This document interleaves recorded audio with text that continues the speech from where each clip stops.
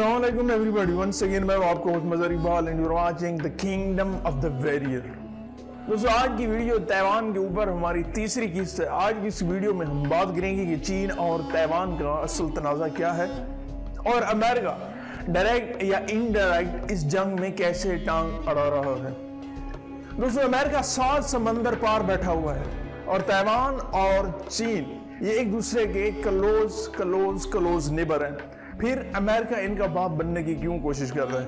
दोस्तों एक चीज याद रखिएगा, जहन में रखिएगा फॉर ऑलवेज कि अमेरिका को एक चीज चाहिए, दुनिया में जंग रहे, दुनिया का अमन और सुकून बर्बाद रहे, उसकी तिजारत और उसके एहतियात बिके और उसे पैसा चाहिए। और अगर मुमालिक आपस में जंग में मसरूफ रहेंगे, दुनिया आपस में जंग में मसरूफ रहेगी तो अमेरिका दुनिया के ऊपर राज करता रहेगा और सुपर पावर रहेगा। कभी इसको अपने व्लॉग में मैं शामिल करूंगा। आज बात करेंगे ताइवान और इसका क्या तनाज़ा है। दोस्तों 1949 में चाइना के अंदर 2 पार्टियां इक़्तिदार में थीं और वो इक़्तिदार की हवस में आपस में लड़ रही थी। पहली पार्टी का नाम माओ ज़ेडुंग की पार्टी थी जिसका नाम कम्युनिस्ट पार्टी थी, और दूसरी पार्टी काई शेक की पार्टी थी जिसका नाम नेशनल चाइना पार्टी था।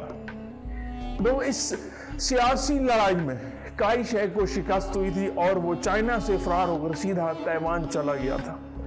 ताइवान जाकर उसने अपनी हुकूमत बना ली और ताइवान का नाम उस वक्त उसने रिपब्लिक ऑफ चाइना रखा था।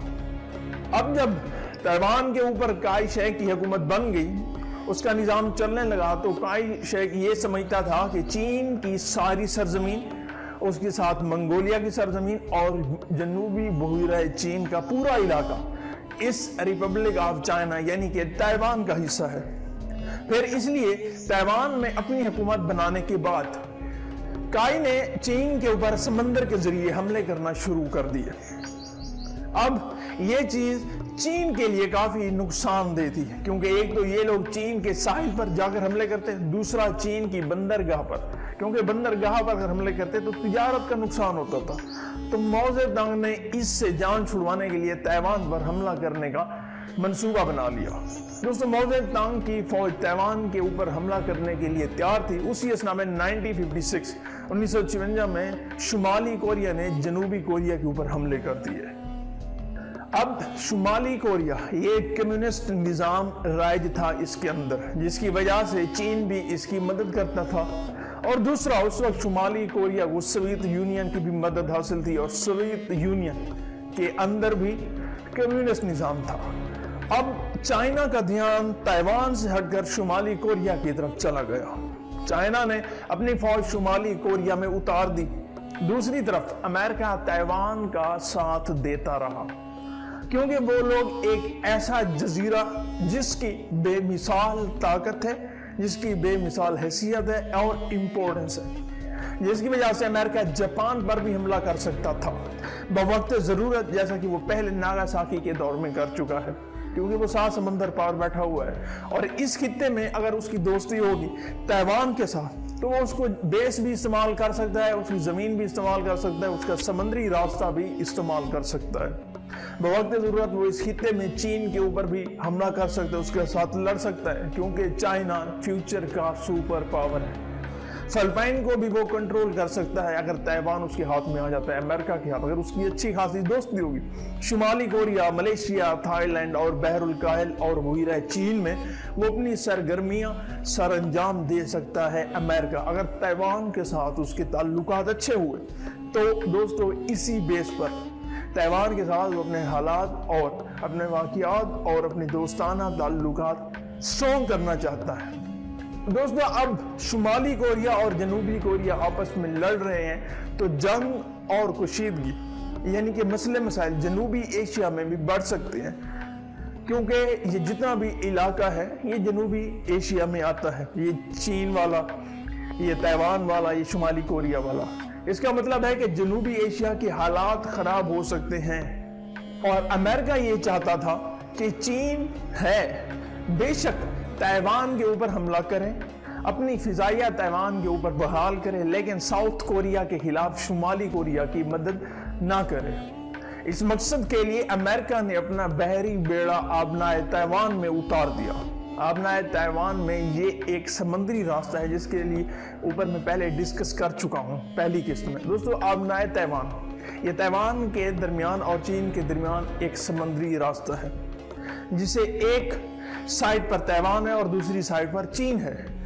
दोस्तों, जब अमेरिका ने अपना बहरी बेड़ा इस आबनाए ताइवान में उतारा तो चीन को गुस्सा आ गया, लेकिन अमेरिका के आने से फायदा ये हुआ कि जो जंग चीन की ताइवान के खिलाफ शुरू होने जा रही थी वो बंद हो गई, वो रुक गई। तो फिर ताइवान ने अमेरिका को अपना दोस्त भी समझा और अमेरिका के साथ ताइवान के ताल्लुकात उस वक्त से मजबूत हो गए, मतलब 1956 के दौर में से। दोस्तों, उस वक्त भी चाइना की तिजारत बढ़ती जा रही थी और उस वक्त जनूबी एशिया में ताइवान के कदम मजबूत करने के लिए और खित्ते में कम्युनिस्ट पार्टी के असर को कम करने के लिए अमेरिका ने एक ऑर्गेनाइजेशन बनाई जिसका नाम ईस्ट एशियाई ट्रेडी ऑर्गेनाइजेशन था, जिसका काम और मकसद ये था कि जनूबी एशिया में दोबारा जंग न हो और ये ममालिक एक दूसरे की जमीन पर कब्जा भी न करें। ये एक किस्म का दिफाई इत्तेहाद था, लेकिन इसका असल मकसद ताइवान को चीन से बचाना था और फिर ताइवान के साथ अच्छे ताल्लुकात बनाकर चीन के खिलाफ उसको इस्तेमाल करना था। वजह यह थी, इसका मकसद ये था कि कोई भी दूसरे की टेरिटरी पर यानी कि किसी के इलाके पर कब्जा नहीं करेगा। और चाइना तो पहले एक मुआहदे में कह चुका है कि ताइवान चीन का हिस्सा है। तो ये ऑर्गेनाइजेशन इसलिए बनाई गई कि ना चीन इसके ऊपर ताइवान के ऊपर कब्जा करे, ना हमला करे और ना ही जंग हो। दोस्तों, ताइवान को चीन से बचाना और फिर ताइवान के साथ अपने ताल्लुकात बनाकर चीन के खिलाफ पुरजोर इस्तेमाल करना, ये अमेरिका की पॉलिसी थी उस वक्त भी, यानी कि 1956 के दौर में। दोस्तों, चाइना उस वक्त अमेरिका की साजिश को भांप गया और उसने इस ऑर्गेनाइजेशन को अपने लिए खतरा समझा, यानी कि चीन ने। और उसी दिहाई 1956 में सितंबर में ताइवान के कुछ हिस्से और साथ ही छोटे जजीरों पर चीन ने बमबारी की, ये बावर कराने के लिए कि वो इस पॉलिसी का, इस ऑर्गेनाइजेशन का हिस्सा नहीं है। दोस्तों, जब अमेरिका ने ये देखा कि चीन उसकी किसी पॉलिसी से कोई भी दिलचस्पी रखने वाला नहीं है, तब 1960 में चीन के साथ ताल्लुकात बढ़ाने का इसने अमेरिका ने ऐलान किया, क्योंकि चीन तरक्की की राह पर था और अमेरिका ने समझा अगर इसके साथ ताल्लुकात अच्छे होंगे तो तिजारत भी हो सकती है और तिजारत होगी तो कल्यारे पैसा आएगा। दोस्तों, 1971 में अक़वाम मुत्तहिदा में एक नशिस्त थी जिसके ऊपर ताइवान का हाथ था और अमेरिका ने वो नशिस्त ताइवान से लेकर चाइना को दे दी। फिर 1979 में अमेरिका के चीन के साथ सफारती ताल्लुकात होना भी शुरू हो गए, बढ़ना शुरू हो गए, क्योंकि इनका अपना कॉल है कि बीट देम और जॉइन देम। अगर आप किसी को मार नहीं सकते, किसी मुल्क के ऊपर हुकूमत नहीं कर सकते, उनके वसाइल नहीं लूट सकते, तो आप उनके साथ दोस्ती कर लें। इसका मतलब है अब उनकी दोस्ती का, उनके सफारती ताल्लुकात के अमेरिका अब सिर्फ चीन के साथ सरकारी राब्ते कायम रखेगा और साथ ही साथ ये तय पाया कि आने वाले वक्त में अमेरिका ताइवान को दिफाई के लिए वसाइल भी फराहम करेगा और उसका साथ भी दे सकता है। अब ये पॉलिसी अमेरिका ने तैयार की कि उस तरह नहीं तो इस तरह वो ताइवान के साथ अपना हाथ बढ़ाएगा और चीन के साथ भी दोस्ती रखेगा। और इसके साथ ही अमेरिका ये भी पॉलिसी चाइना की मानता है कि ताइवान चाइना का हिस्सा है। और 1982 के 82 में ये बात भी तय पाई थी कि अमेरिका ताइवान को हथियार देने से पहले चीन से मशवरे करने का पाबंद नहीं होगा। ये बात क्लियर होगी कि वो चाइना के खिलाफ ताइवान को इस्तेमाल कर सकता है और करेगा।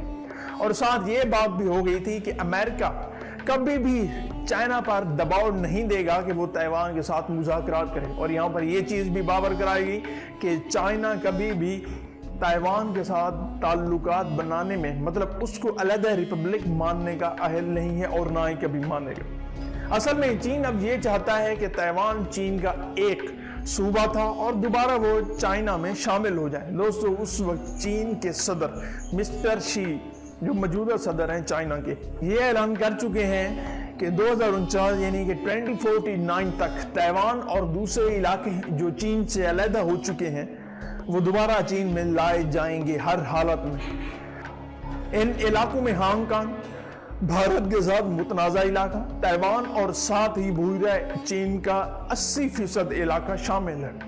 तो इसी वजह से चीन काफी मर्तबा ताइवान को खबरदार कर चुका है, ये बावर करा चुका है कि रस्मी आज़ादी का ऐलान करने पर दोबारा बार बार इसरार ना करो।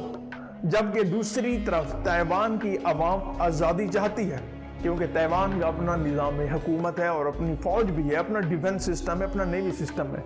अमेरिका और दूसरे बहुत सारे मुमालिक के साथ ताइवान के ताल्लुकात ज़्यादा मजबूत नहीं है, लेकिन फिर भी वो दुनिया में काफ़ी ऑर्गेनाइजेशन का हिस्सा है। और एक बात और मैं आपको ताइवान के मुतालिक बता दूं कि चाइना की वजह से, उसकी जोर की वजह से, प्रेशर की वजह से ताइवान अक़वाम मुत्तहिदा का रुकनीयत नहीं रखता और ना ही उसका हिस्सा है। चीन अब ताइवान को अपनी हदूद में शामिल करना चाहता है, अपनी टेरिटरी में वापस लाना चाहता है।